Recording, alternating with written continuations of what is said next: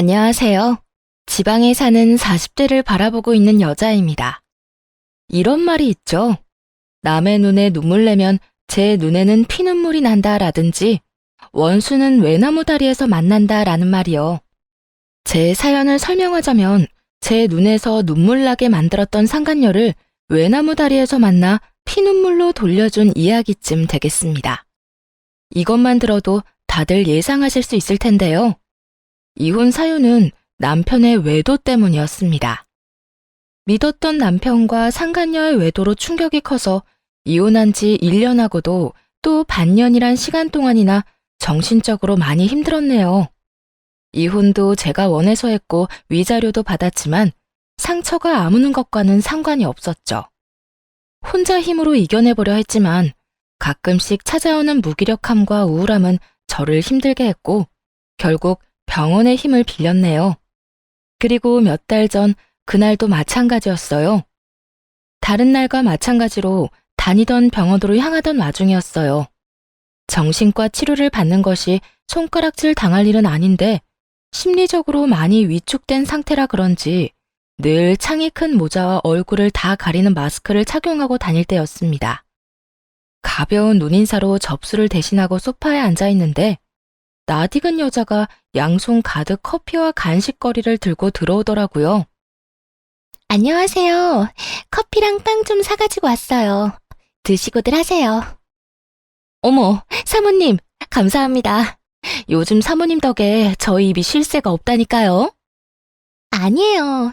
늘 고생 많이 하시는데 이 정도는 기본이죠. 아무쪼록 잘 좀 부탁드려요. 정확히 앞모습을 보지 못했지만 알 수 있었습니다. 귓가를 간지리는 높은 음역의 목소리와 특유의 당당한 걸음, 그리고 여전히 진한 향수 냄새까지 모든 게 그대로였으니까요. 네, 그건 제가 그 정신병원에서 치료를 받게 만든 사람, 상간녀였죠. 저는 하루하루 배신감에 힘들게 살고 있는데 상간녀는 잘 살고 있는 모양이더군요. 제가 알던 모습과는 다르게 머리부터 발끝까지 아주 잘 차려입은 상간녀를 보는데 화가 머리끝까지 치솟는 기분이었습니다. 한동안 간호사분들과 하하호호 이야기를 나누던 상간녀는 마지막까지 제가 알던 가식적인 미소를 보이며 병원을 나갔고 조금의 시간차를 두고 데스크로 가 물어보았습니다. 워낙 오래 다니기도 했고 평소에도 저와 이런저런 이야기를 많이 나누던 간호사분이라 별 의심 없이 선뜻 대답해 주더라고요. 저기, 원장님 결혼하세요? 아까 언뜻 듣기론 사모님이라고 하시는 것 같아서요. 아, 네.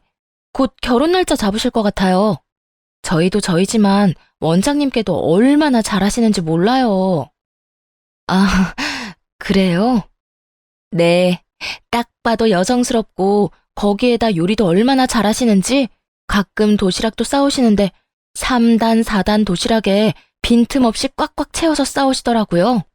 들어보니 신분 세탁을 얼마나 잘한 것인지 집안도 좋고 엄한 집안 때문에 제대로 연애 한 번 한 적 없는 아주 순수한 여자로 알고 있더군요. 헛웃음만 나오더라고요. 집안이 좋기는커녕 부모님들이 일찍 돌아가셔 고아와 다름이 없을 뿐더러 불륜도 연애로 쳐준다면 아주 진한 연애 경험이 있는 여자였으니까요. 한평생을 산다고 해도 그토록 사랑하는 남자는 두 번 다시 만날 수 없을 것 같다며 제 가정을 산산이 조각내고 제 남편을 빼앗아 갈 땐 언제고 이젠 사모님 소리를 들으며 산다고 생각하니 이건 정말 아니란 생각이 들었습니다. 그렇게 많은 생각이 오가는 사이 제 진료 차례가 되었어요. 잘 지내셨어요? 요즘은 좀 어떤가요? 늘 같은 인사에 같은 표정이었지만 묘하게 상기되어 있는 원장님을 보는데 모든 사실을 밝혀야만 하겠더라고요. 저에겐 은인과도 같은 사람이 상간녀와 같은 여자에게 속아 인생을 망하는 꼴을 두고만 볼 수 없는 노릇이니 말이에요. 원장님, 제가 왜 이혼했는지는 잘 알고 계시죠? 그럼요. 처음 상담 시작할 때 말씀해 주시기도 했고 그 뒤로도 자주 이야기 나눠서 잘 알고 있죠. 그런데 그건 갑자기 왜 물으세요? 방금 그 상간녀를 만났어요. 이 병원에서요. 네? 여기에서요? 어떻게, 혹시 환자로 왔던가요? 아니요. 방금 커피랑 빵 사다 주고 가더라고요. 간호사분들이 사모님이라고 했고요. 그게, 그러면 혹시 미영이 말하는 거 맞나요? 네, 맞아요. 최미영. 그 여자가 제가 그토록 미워한 상간녀예요. 원장님은 믿을 수 없다는 눈빛으로 바라보시더라고요. 왜 그렇지 않겠어요. 저도 그곳에서 상간녀를 보곤 워낙 원통해서 이런 꿈까지 다 꾸는구나 하고 생각했으니까요. 100마디 말보다 직접 눈으로 보시는 게 빠르실 테니까 이거부터 좀 보세요.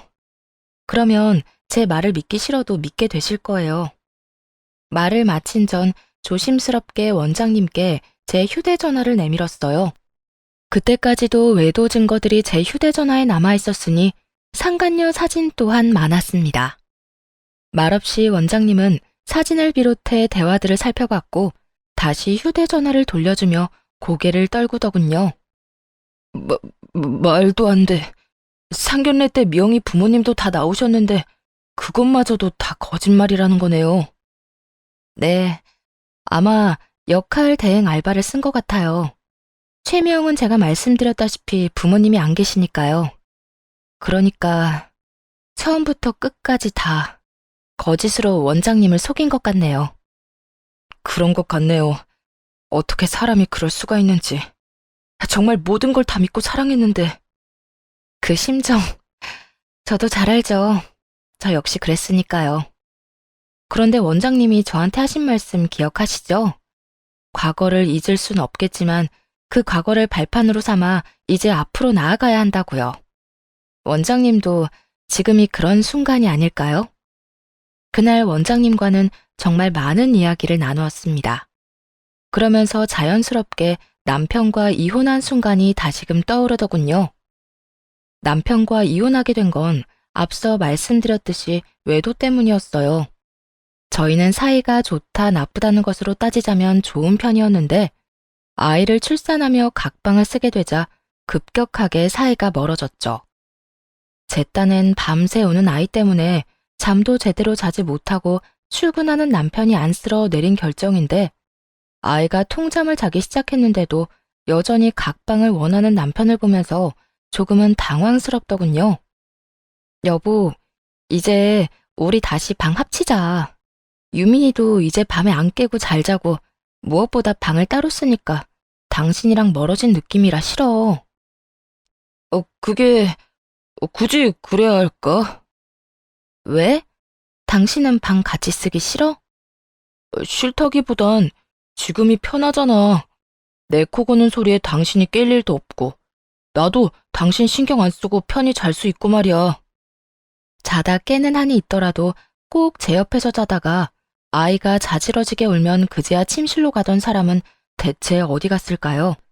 언제는 꼭 내 옆에 자야지 편하고 잠도 잘 온다는 사람이 누구였더라? 그랬던 적이 있긴 했지. 그런데 1년 넘게 따로 잤더니 이젠 혼자가 편하네. 당신도 막상 다시 같이 자게 되면 불편해서 잠도 제대로 못 잘걸? 그러니까 그냥 이대로 지내자. 서운한 마음이 들기도 했지만 각방을 쓰기 전 남편의 코골이로 고생했던 날들을 떠올리니 남편의 말이 또 틀린 말 같진 않더군요.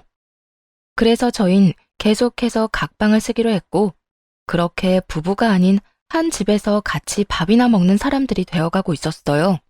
그러던 어느 날 남편이 쉬는 사이 간단한 청소와 책상 정리를 해주려 남편의 방으로 들어갔어요. 남편이 씻는 사이 간단히 해주곤 했던 일이라 아무 생각도 없이 정리를 시작했어요. 청소기로 바닥에 간단한 먼지를 청소하고 책상을 정리하던 그때였죠. 컴퓨터에 자동 로그인된 카톡에 메시지가 오더라고요. 하트 문구가 무수히 많이 들어간 메시지가 말이에요. 오빠, 깨끗하게 씻고 와. 한눈으로 봐도 보통 사이가 아님을 직감할 수 있는 문자였습니다. 곧바로 남편의 동태를 살피며 메시지를 읽어보았고 충격적인 사실을 알게 되었죠. 남편이 바로 제가 아끼던 직원과 바람이 났다는 사실을 말이에요. 그 당시 남편은 회사를 그만두고 제가 운영하던 소품 가게를 맡아서 하던 중이었습니다. 비전도 없는 작은 회사에서 계속 허송 세월을 낭비하는 것보단 제가 출산과 육아를 하는 동안 매출이 좋았던 제 소품 가게를 남편에게 맡기는 것이 여러모로 부부 생활에 이득이겠다 싶어 내렸던 결정이었죠. 아무것도 모르는 남편에게 가게까지 맡길 수 있었던 건 고등학교 때부터 5년 동안 함께 일한 알바생이 많이 도와줄 거라 믿어 의심치 않았기 때문이었어요. 그런데 가게를 위한 도움보단 아주 다른 도움을 준 듯 하더라고요. 오빠, 어제 늦게 들어가서 피곤하진 않았어? 피곤하긴. 우리 미영이랑 함께 있는데 없던 힘도 생겼지. 미영이랑 있을 때는 괜찮았는데 집에 오니까 영 힘이 빠지네. 오빠도 참. 사장님은 별말 안 해? 다시 합방하자는 말 같은 거 말이야. 그렇지 않아도 또 그 말 할까봐 집에 오면 씻고 자는 척하기 바쁘다 바빠. 집에 와서 얼굴 보는 것도 지겨워 죽겠는데 한 방을 쓰자니. 누구 숨 막혀 죽을 일 있나? 사장님한테 듣기론 오빠가 그렇게 아내 바라기라고 하던데 어쩌다 사람이 이렇게 됐나 몰라? 설마 시간 지나면 나한테 이럴 거 아니지? 에이, 지금 누구랑 누구를 같은 취급을 하는 거야. 집사람한테 잘하는 거는 돈도 잘 벌고 그러면서도 돈 잘 버는 유세도 안 떨고 하니까 잘 대해준 거고, 미영이 너는 나한테 활력소이자 내 전부인데 어떻게 그런 취급을 하겠어. 그래? 그러면 내가 지켜보도록 할게. 그 마음 언제까지 가나? 하여튼 사장님이 같은 방에서 자자고 해도 절대 같이 자면 안 돼. 나 그거만큼은 절대 싫어. 나도 절대 싫으니까 쓸데없는 걱정은 하지도 말고 저녁이나 잘 챙겨 먹어. 내가 준 카드로 맛있는 거 사 먹고 필요한 거 있으면 아끼지 말고 팍팍 써. 정말? 우리 오빠 최고. 그러면 나 저번부터 사고 싶었던 신발이랑 옷이 있는데 그것도 사도 돼? 그럼 물론이지. 다 사. 미영이가 가지고 싶은 거 마음껏 사라고 준 카드니까. 어쩐지 매출이 나날이 떨어진다 싶었더니 다 이유가 있었더라고요. 남편도 남편이었지만 상간녀에 대한 배신감이 더 컸습니다. 부모님을 일찍 여의고 혼자 사는 상간녀에게 측은지심이 들어 꽤 많은 걸 해줬었거든요. 다 돌려받긴 했지만 살고 있는 원룸의 보증금도 빌려줬었고 졸업식에도 부모님을 대신해 꽃다발을 들고 가기도 했었고요. 그 밖에 여러 가지로 도움이 필요한 일이 있을 때면 무조건 달려가 돕곤 했는데 그 호의가 이런 배신이 되어 돌아올 것이란 생각도 못했네요. 믿는 도끼에 제대로 발등 찍힌 상황이었죠. 이혼, 물론 해야만 하는 상황이 분명했지만 쉽사리 결정을 못 내리겠더라고요. 혼자였다면 생각할 것도 없이 바로 이혼하자고 했을 텐데 저에겐 아직 너무나도 어린 아들이 있었으니까요. 충격으로 눈물도 나지 않았고 그저 빠르게 문자들을 읽던 그때 이혼을 할 수밖에 없는 대화를 발견하게 되었습니다. 그리 오래된 대화도 아니었어요. 바로 이틀 전 대화였죠. 오빠, 오늘 너무 즐거웠어. 마음 같아선 같이 있고 싶은데 괜히 트집 잡힐까봐 들여보내준 거니까 나한테 고마워해. 고맙긴 한데 나도 들어가기 싫었거든.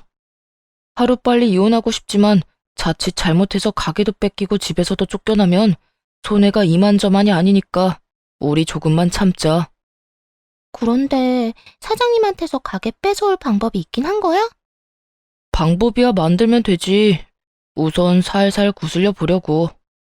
요즘 애 때문에 여러모로 정신도 없어서 내가 뭐라고 말해도 다 해줄 분위기야. 세금 신고도 해야 하고 정산도 해야 하고 한데 집사람 명의로 돼 있으니까 내가 직접 처리를 못하는 게 너무 불편하다고 명의 돌리자고 하려고. 그런다고 사장님이 오빠 뜻대로 해줄까? 괜한 의심만 사는 거 아니야? 의심하면 나를 그렇게 못 믿냐고 큰 소리 한번 쳐주면 돼. 그 여자 똑똑한 것 같아도 그렇지도 않아. 나한테 가게 맡긴 것만 봐도 모르겠어.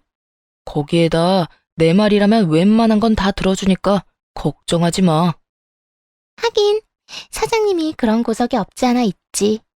하여튼 챙길 거 챙겨서 이혼이나 제대로 하고 나한테 와. 아, 맞다. 애는 어떻게 할 건데? 혹시 오빠가 키울 건 아니지?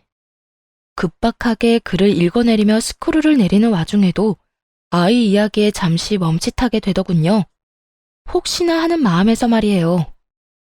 아들? 당연히 집사람 보고 키우라고 해야지. 그 혹시나 하는 일은 일어나지 않았고 남편의 한 글자 한 글자에서 아들에 대한 미련이 없음이 적나라하게 드러나고 있더라고요. 다행이긴 했지만 씁쓸한 마음은 어쩔 도리가 없었습니다. 마음을 재빠르게 다스리고 다시금 두 사람의 대화에 집중했어요. 다행이다. 난 혹시나 오빠가 키운다고 할까봐 걱정했어. 나 닮은 구석은 하나도 없는 애 뭐가 예쁘다고 내가 키우고 싶겠어? 거기에다 미영이 너랑 새 출발도 앞둔 마당에 그럴 생각 추호도 없으니까 걱정하지도 마. 응, 오빠 닮은 딸은 내가 꼭 낳아줄게. 알겠지? 그래, 미영이가 낳아줄 나 닮은 딸을 위해서라도 꼭 명의 바꿔서 능력 있는 아빠, 남편 되어야겠네. 그래. 그러니까 부단히 노력해주세요, 예비 남편님. 미리 찍어놓은 퍼즐도 이렇게까지 딱 맞을 순 없다는 생각이 들 정도로 두 사람은 제 뒤통수를 치는 면에선 천생연분이 따로 없더라고요. 누구 하나 말리는 사람은 없었고 오로지 제 것을 다 빼앗아 자기들만 행복하게 살 궁리로 바쁘더군요. 거기에다 아들에 대한 마음도 알게 되니 이혼 결심이 바로 서게 되었습니다. 그날 이후 제 하루하루는 바빴어요.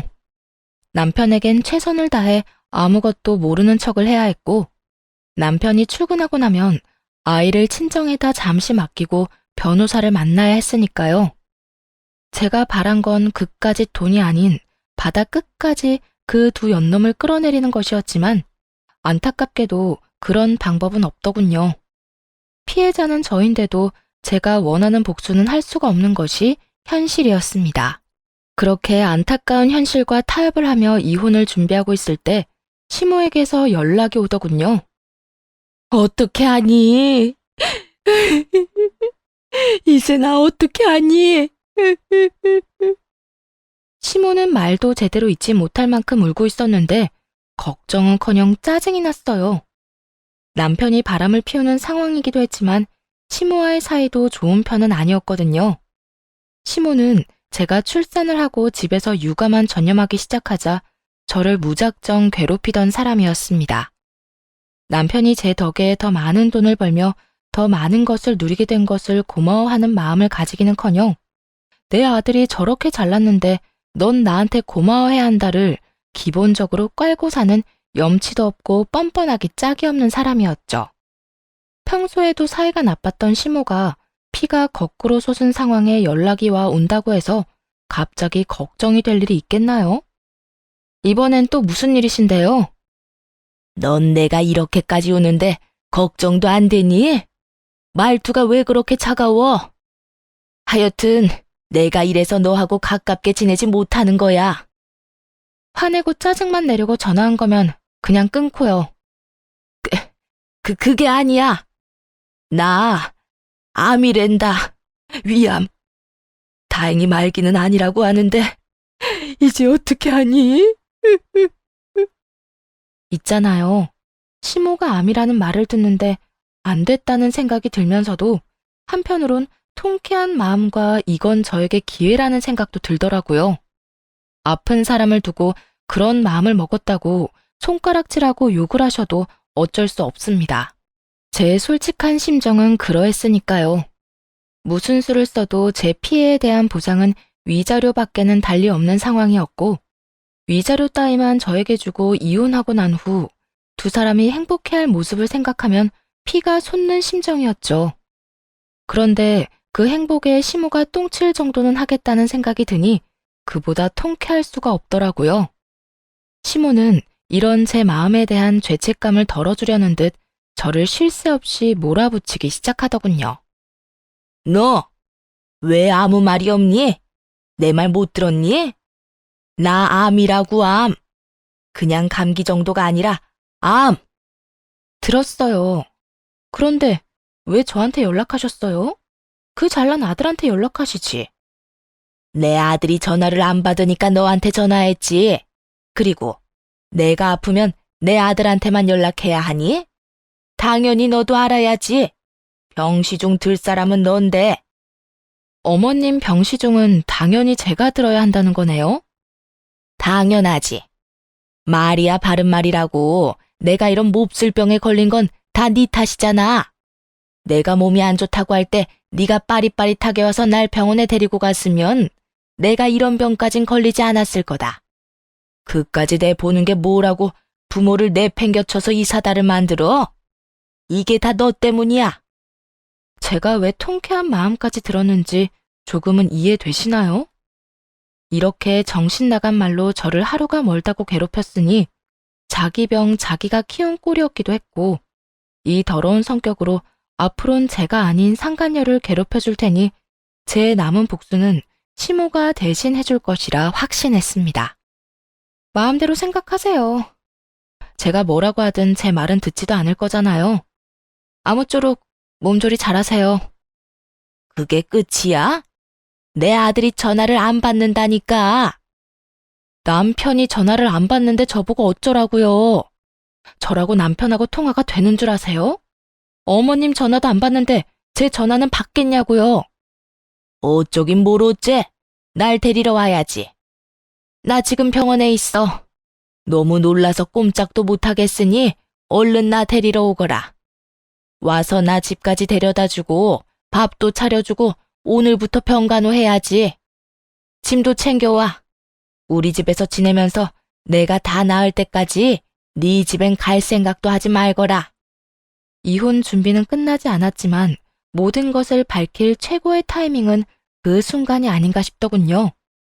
시모가 미쳐 날뛰는 그 순간 말이에요. 일단 알겠다고 전화를 끊었고 바로 매장으로 전화를 걸었어요. 남편은 뭘 하는지 연락이 되지 않지만 상간녀는 매장에 있을 시간이니 전화를 받을 수밖에 없었죠. 명아, 가게 바빠? 아니요, 지금 바쁠 시간 아니라서 한가해요. 남 사장님도 볼 일 있다고 잠시 나가셨고, 저도 매장 정리하고 있었어요. 그래? 그러면 매장 문 잠시 닫고 병원으로 좀 와줄 수 있어? 내가 병원에 급하게 좀 가야 하는데 혼자 가려니까 아무래도 좀 그래서. 미영이 네가 같이 좀 가주라. 병원이요? 알겠어요. 지금 바로 출발할게요. 다행히 상간녀는 아무런 의심도 없이 병원으로 온다고 했고 저도 병원으로 향했습니다. 도착하니 시모는 의자에 앉아 씩씩거리고 있더군요. 본인이 암에 걸렸다는 그 참담한 현실보다 제가 보인 행동에 대한 화가 더 우선인 듯 했죠. 저로서는 이해는 되지 않았지만 반가운 반응이긴 했습니다. 시모의 화가 치솟으면 치솟을수록 상간녀를 향한 분노가 더 커질 테니까요. 타이밍에 맞춰 상간녀도 병원에 도착했고 곧바로 화내는 시모에게 상간녀를 소개해 주었습니다. 너 왜 이제서야 와? 내가 바로 출발하라고 했어, 안 했어? 그리고 짐은 왜 안 챙겨온 거야? 오늘부터 내 간호해야 한다는 말 못 들었어? 다 듣긴 했는데 제가 굳이 어머님 병간호까지 해야 할 상황은 아닌 것 같아서요. 그럴 필요가 없다고나 할까요? 그게 무슨 말이야? 며느리인 네가 내 병시중을 들어야 하는 건 당연한 건데 그럴 필요가 없긴 왜 없어? 제가 이제 며느리가 아닐 예정이라서요. 어머님, 아니, 아줌마, 인사해요. 앞으로 아줌마 며느리 될 여자예요. 뭐야? 얘는 내 아들 가게 직원이잖아. 그 부모도 없다던 고아. 정확히는 제 가게 직원이고요. 부모님이 안 계셔서 제가 할 수 있는 건 다 해주면서 도움 줬더니 은혜를 갚기는커녕 제 남편이자 아줌마 아들이랑 불륜을 저지르고 있다네요. 그래서 아줌마 아들 얘한테 넘기면서 며느리 자리도 넘겨주려고요. 시모는 무서운 얼굴로 상간녀를 노려봤고 상간녀는 그제야 상황 파악이 된 것인지 얼굴이 하얗게 질려 저를 보더군요. 사장님, 다 알고 계셨어요? 다 알고 있었어. 네가 내 남편한테 오빠라고 부르는 것도 두 사람이 내 뒤통수 치고 행복한 미래를 꿈꾼다는 것도 진작 다 알고 있었지. 그 남자하고 이 아줌마는 한 세트니까 앞으로 잘 보살펴주면서 살아. 참고로 네 예비 시어머니 위암이라고 하니 병시 정도 들어야 할 거야. 네? 제가 왜 그딴 일까지? 싫어요. 저는 돈 잘 버는 능력 있는 오빠랑 살고 싶었을 뿐이지 이런 병든 아줌마까지 같이 살고 싶은 마음은 없었다고요. 세상 일이 다 네 뜻대로 되겠어?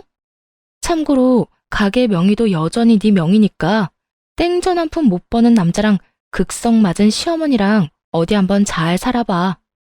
사랑 타령 실컷 하면서 말이야. 그렇게 하얗게 질린 두 사람을 두고 매장으로 갔어요. 아무래도 남편 놈이 매장에 있을 것 같아 간 것이었는데 아니나 다를까 매장에서 남편이 현금을 챙기고 있더라고요. 고작해야 10만 원도 되지 않는 돈을 챙기려 바쁜 남편을 보는데 참 끝까지 찌질하고 한심하다는 생각이 들었죠. 고작 그거 챙겨서 새 살림의 보탬이나 되겠어? 여보, 난 그게 아니라 중간 정산 해보는 중이었어. 가지고 가려는 게 아니라. 정산은 무슨? 이야기 다 듣고 그 돈이라도 챙기려고 했던 거 다 아니까 헛소리 하지 말고 내 가게에서 나가. 남편은 챙기려던 돈을 내려놓고 빌기 시작했습니다. 저에게 쫓겨나면 거짓골을 면치 못할 거란 걸 누구보다 잘 아는 인간이어서 그런지 그 어느 때보다 더 애절하게 매달리더군요. 여보, 내가 진짜 미쳤었나 봐. 당신 같은 사람을 두고 그딴 짓을 하면 안 되는 거였는데. 내가 진짜 미안해. 다신 그딴 짓 하지 않을 테니까 나 한 번만 용서해줘. 눈물은 나오지도 않으면서 흐느끼는 소리만 내며 반성하는 척을 하기 위해 애쓰더군요. 어디서 불쌍한 척 반성하는 척이야? 당신이 그러면 내가 마음이라도 약해질 줄 알아? 이래봤자 소용없으니까 얼른 내 눈앞에서 사라져. 여보, 그러지 말고 우리 유민이를 생각해서도 다시 한번 생각해줘. 우리 아들 아빠 없는 아이로 키울 수는 없잖아. 너 진짜 양심도 없구나. 여자한테 미쳐서 아들도 꼴 보기 싫다고 했던 놈이 이제 와서 뭐? 유민이를 생각하라고? 유민이 생각해서라도 너 같은 인간이랑은 이혼할 테니까 그런 줄 알고 내 아들 이야기는 다신 꺼내지도 마. 알겠어? 그건 당신 말대로 내가 잠시 미쳐서 마음에도 없던 말이 나왔던 것뿐이야. 지금은 정신 차렸고 나한텐 당신이랑 우리 유민이 뿐이라고.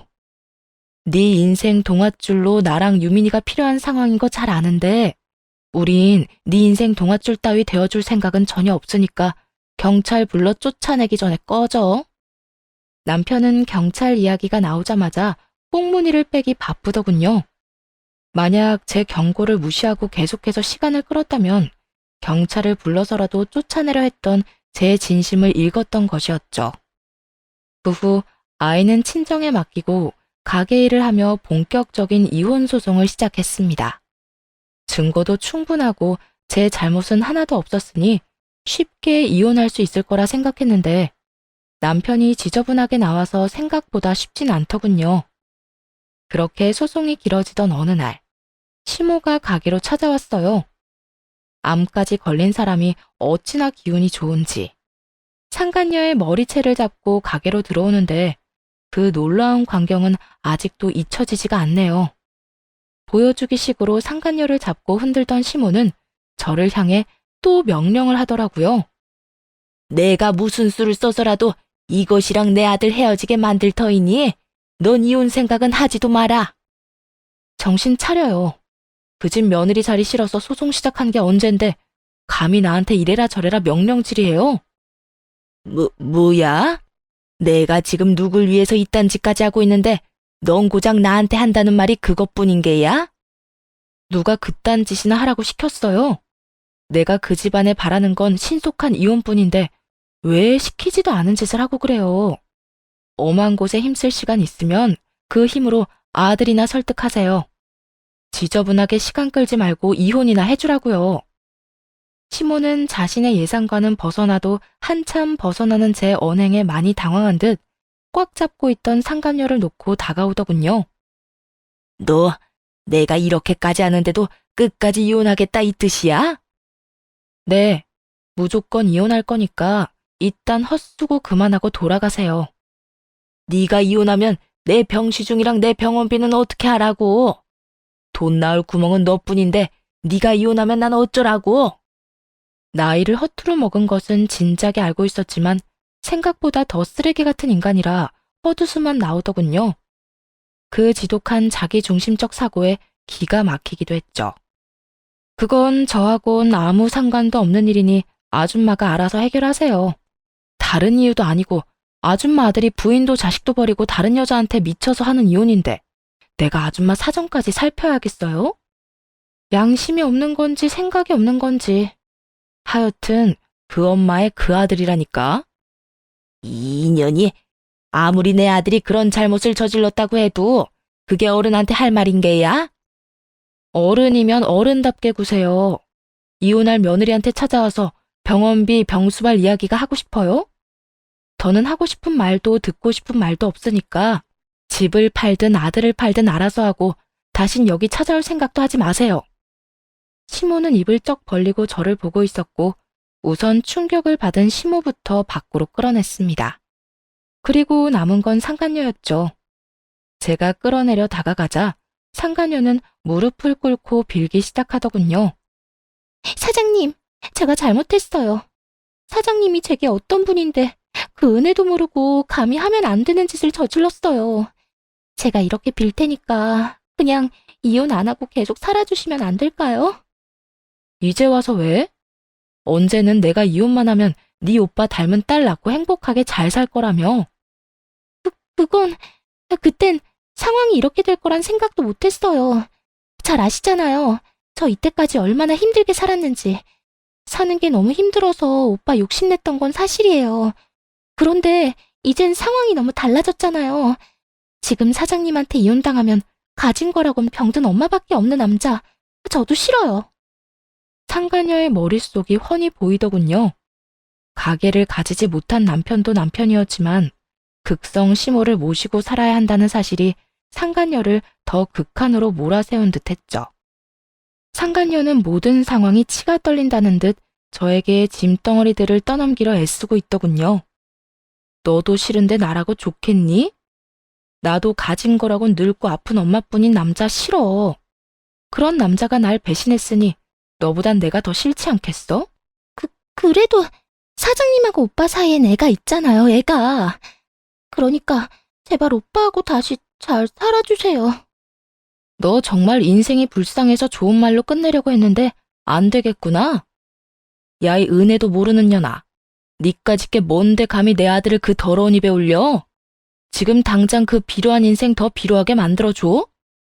같이 구정물에 뒹굴어 봐야 정신 차릴 거야?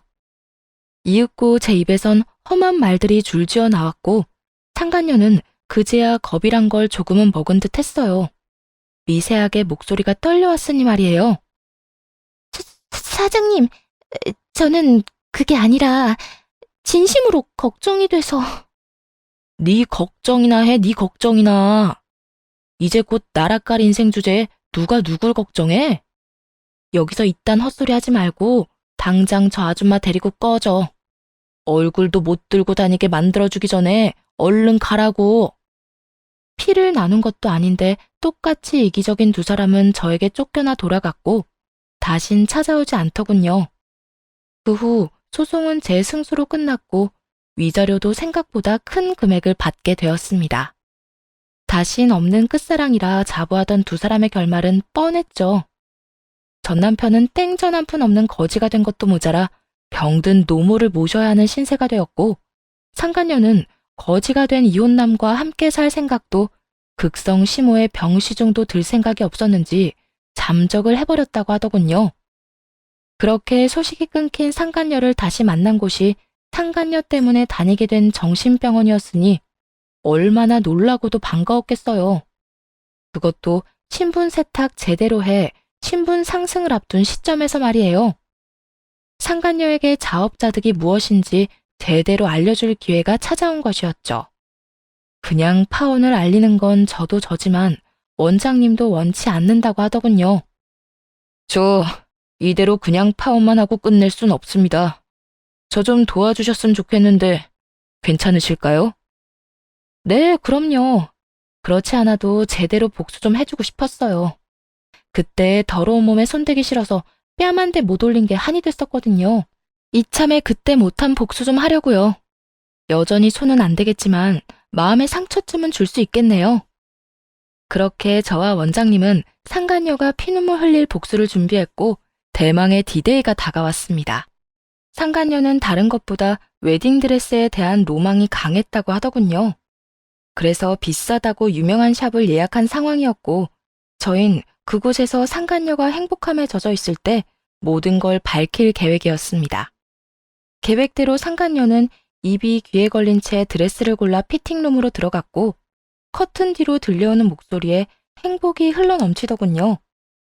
앞으로 일어날 절망에 대해선 전혀 모르고 말입니다. 와, 오빠, 이거 정말 예쁘다. 역시 보는 것보단 입는 게 훨씬 더 고급스러운 것 같아. 얼른 입고 나갈 테니까 잘 봐줘야 해. 알겠으니까 잘 갖춰 입고 나와. 급하게 서두르지 말고. 알겠어.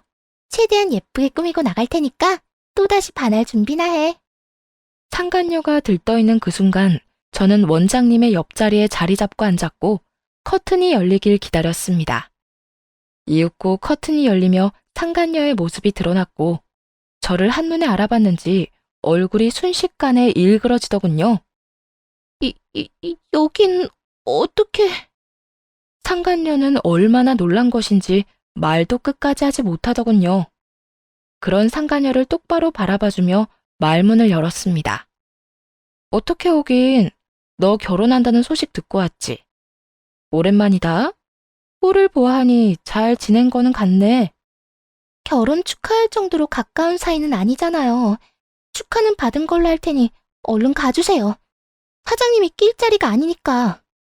상황 파악이 전혀 되지 않은 상간녀는 어떻게 해서든 제 입을 막고 돌려보내려 애쓰기 시작했죠. 그렇게 애쓸 필요 없어. 이미 원장님도 다 알고 계시니까. 뭐라고요? 뭘 안다는 말이에요? 도대체 우리 오빠한테 무슨 말을 한 거예요? 무슨 말하긴. 너랑 나, 그리고 내 전 남편이자 네 전 연인이었던 사람 이야기까지 다 말했지. 세상 참 좁지. 네가 사기쳐서 결혼하는 이 남자, 내가 다니던 병원 원장님이셔. 이런 걸 악연이라고 해야 하나? 사기라뇨. 아니에요. 오빠, 저 여자 말 믿지 마. 내 말만 듣고 내 말만 믿으면 돼. 저 여자 미친 여자야. 정신병원 오는 여자가 제정신일 리가 없잖아.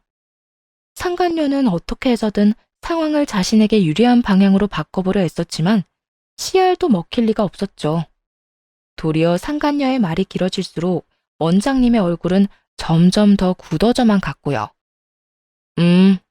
네 덕분에 나 많이 아팠어. 몸도 정신도. 그런데 네 덕분에 앞으로는 잘 살 수 있을 것 같네? 너는 그렇지 못하겠지만 말이야. 그게 무슨 말이에요? 나한테 무슨 짓을 하려고? 보면 몰라? 너 이 결혼 못해. 한마디로 네 계획, 네 인생 다 망했다 이 뜻이야. 현실을 받아들일 수 없었는지 상간녀는 마지막 희망을 안고 원장님을 바라보며 입을 뗐습니다. 오빠, 아니야. 정말 아니야. 저 여자 말 다 거짓말이라고. 거짓말은 네가 하고 있겠지. 상견례에 나온 사람들은 도대체 누구였어? 아니, 내가 알던 네 모습 중에 거짓말이 아닌 모습이 있긴 해? 이름 나이 빼고 거짓말이 아닌 게 있긴 하냐고. 오빠, 화만 내지 말고 내 이야기 좀 들어봐. 다 오빠를 너무 사랑해서 그랬어. 오빠가 너무 좋은데 나는 조건도 가정사도 내세울 게 없으니까. 결혼만 하고 나면 오빠한테 잘 설명하려고 했어. 정말이야. 그게 사기라는 거야. 그리고 너 하나 때문에 가정 망가진 사람이 있는 건 왜 빼놓는데? 불륜이나 저지른 주제에 뭐? 집이 엄해서 남자를 만난 적이 없어? 그래, 멀쩡한 남자는 만난 적이 없었겠지. 유부남 등골에 빨대 꽂고 살았어야 하니 또래 남자가 눈에나 들어왔겠어? 과거를 속였던 건 미안해. 그런데 오빠가 생각하는 그런 거 아니고 실수로 잘못된 선택을 했던 것뿐이야. 내가 정말 사랑한 남자는 오빠뿐이었어. 정말이야. 이젠 네가 무슨 말을 해도 믿을 수가 없다. 너한테 그 어떤 감정도 없고 말이야. 그냥 여기서 그만해. 오빠, 그게 무슨 말이야. 나 오빠 없으면 못 사는 거 알잖아. 네가 살든 말든 나랑 상관없으니까 파혼해. 앞으로 병원으로도 찾아오지 마. 찾아오면 그냥 말로 끝내진 않을 거니까 험한 꼴 당하고 싶으면 찾아오든가. 상간녀는 꿈꾸던 값비싼 드레스를 입고 그 자리에 주저앉아 대성통곡을 하더군요. 꿈도 희망도 사라진 상간녀를 보는데 나락으로 가는 꼴이 저 모양 저 꼴이구나 싶었네요. 원장님은 먼저 자리를 떠나고 저도 짐을 챙겨 일어나려는데 상간녀가 말을 걸어왔어요. 이제 속이 후련하세요? 이혼한 지가 언젠데 과거를 끌고 와서 제 인생 망쳐놓으니까 속이 후련하냐고요. 후련? 고작 이까짓 걸로 내 속이 후련할 것 같아? 그리고 난 네 잘못을 바로잡았을 뿐이야. 네 인생 망친 건 내가 아니라 과거의 너와 현재의 너라는 걸 아직도 모르겠니? 어쨌든 눈 감아줄 수도 있었잖아요. 힘들게 산 불쌍한 애가 이제야 인생 좀 풀려서 편하게 살려나 보다 하고 넘어가 줄 수도 있었잖아요. 왜 내가 그래야 하는데? 내 가정은 너랑 그 새끼 때문에 산산조각이 났는데 내가 왜? 그딴 짓 하고 편하게 살려고 했더니 생각보다 더 멍청하구나. 하긴 그렇게 멍청하니 유부남이랑 놀아나다 그 모양 그 꼴이 됐겠지. 내가 먼저 꼬리친 거 아니었다고요. 그 인간이 먼저 힘든 건 없냐, 필요한 건 없냐, 뭐든 다 해주겠다고 그러는데 안 넘어갈 여자가 어딨어요? 그딴 말로 다 넘어가면 이 세상에 가정 유지하고 사는 부부가 있었겠어? 그냥 너흰 끼리끼리 잘 붙어먹고 둘 다 나란히 나락으로 간 거야. 그 새끼는 한평생 자기 엄마 뒷바라지나 하면서 하루 벌어 하루 사는 인생 살 거고 넌 상간녀 딱지에 파혼녀 딱지까지 붙이고 막장 인생 잘 살아내면 돼. 그 순간 자리에서 벌떡 일어난 상간녀는 제 머리채라도 잡을 심상인지 손을 뻗어 달려오더군요. 그런데 다들 아실 겁니다. 여러 사람의 도움을 받아도 움직이기가 힘든 드레스의 구조와 무게를 말이에요. 아무 생각 없이 저에게 달려오던 상간녀는 비싼 드레스를 밟고 넘어져 버렸고 드레스는 찢어지며 걸레짝이 되어갔죠. 어머, 이걸 어떻게 해? 이게 얼마짜린데? 신부님, 아니, 손님, 움직이지 말고 가만히 있으세요. 더 움직이면 수선비가 아니라 드레스 값을 물어내야 할 거라고요. 이거나 내가 전혀 가만히 안 둘 거야.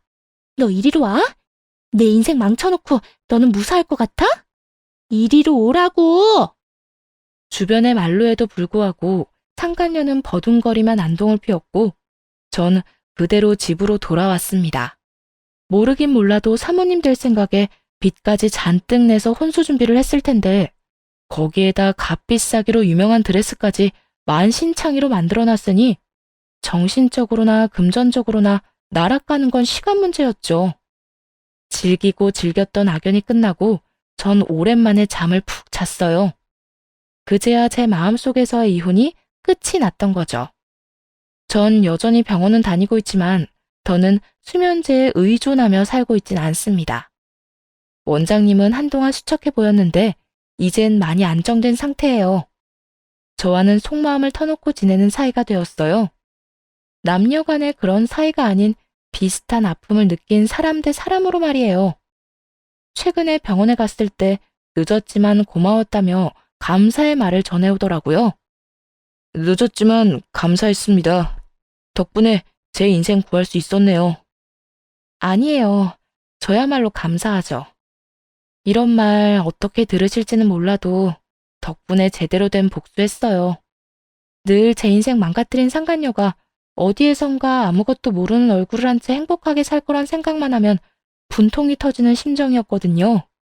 그런데 지금은 적어도 그런 생각은 들지 않는 걸 보니 이제 정말 끝인가 봐요. 그런 것 같긴 하네요. 요즘 수면제 없이도 잘 주무시죠? 수면제 처방 안 해드린 지 한참 지났어요. 네, 마음의 문제라고 하더니 그것보단 복수가 최고네요. 이래서 다들 복수 하나 봐요. 농담도 하시는 거 보니 이제 한 달에 한 번씩 보면 되겠네요. 그러면 다음 달에 봐요. 다시 한번 감사했습니다. 그 후로 지금은 아들과 둘도 없는 친구 사이로 잘 지내는 중이에요. 친정 옆집으로 이사해 여전히 부모님의 도움을 받고 있긴 하지만 요즘엔 돈보다는 아들과 보내는 시간을 더 우선으로 두고 있어요. 고작 5살짜리와 대화가 된다는 것이 기특하면서도 재미있어 시간 가는 줄 모르겠더라고요. 오늘은 유치원에서 학예회를 했는데 다들 아빠와 함께 온 모습에 또 마음이 먹먹해지더군요. 그 순간 친정아빠가 이런 말씀을 해주시더라고요. 딸, 무슨 생각하는지 다 아는데 그런 생각 하지 마. 그따위 놈이 아빠로 계속 있는 것보다 차라리 없는 게 나아. 우리 유민이한텐 그 어떤 상황에서도 자신을 버리지 않고 책임지는 강인한 엄마와 그런 엄마의 울타리가 되어주는 할아버지 할머니가 있잖아. 아빠, 그래도 우리 유민이한테 너무 미안해. 미안하긴. 너는 네가 할 수 있는 최고의 결정을 했고 유민이도 이해해 줄 거야. 언제 어디서든 유민이 아빠가 필요한 날엔 내가 우리 딸 아빠 말고 유민이 아빠 해줄 테니까 죄책감은 넣어두고 그 시간에 유민이랑 더 좋은 시간, 더 행복한 시간을 보내자. 응, 아빠. 고마워요. 고맙긴. 이 아빤 우리 딸이 행복하게 웃을 수만 있다면 뭐든 다 할 수 있어. 너도 유민이가 행복하기만 하면 뭐든 다 할 수 있듯이 말이야. 마음이 든든해지며 정신이 번뜩 들더군요. 아빠의 조언과 위로의 말대로 앞으론 지나간 날 때문에 울고 아들에 대한 죄책감 때문에 허튼 시간을 보내진 않으려고 합니다. 세상 무엇과도 바꿀 수 없는 아들과 저를 세상 무엇과도 바꾸지 않을 거란 부모님을 생각해서도 하루를 살더라도 더 행복하게 살아가 보려고요. 마지막으로 사연을 들어주신 분들의 행복을 바라며 저는 이만 물러가 볼게요. 끝까지 함께 해주셔서 감사합니다.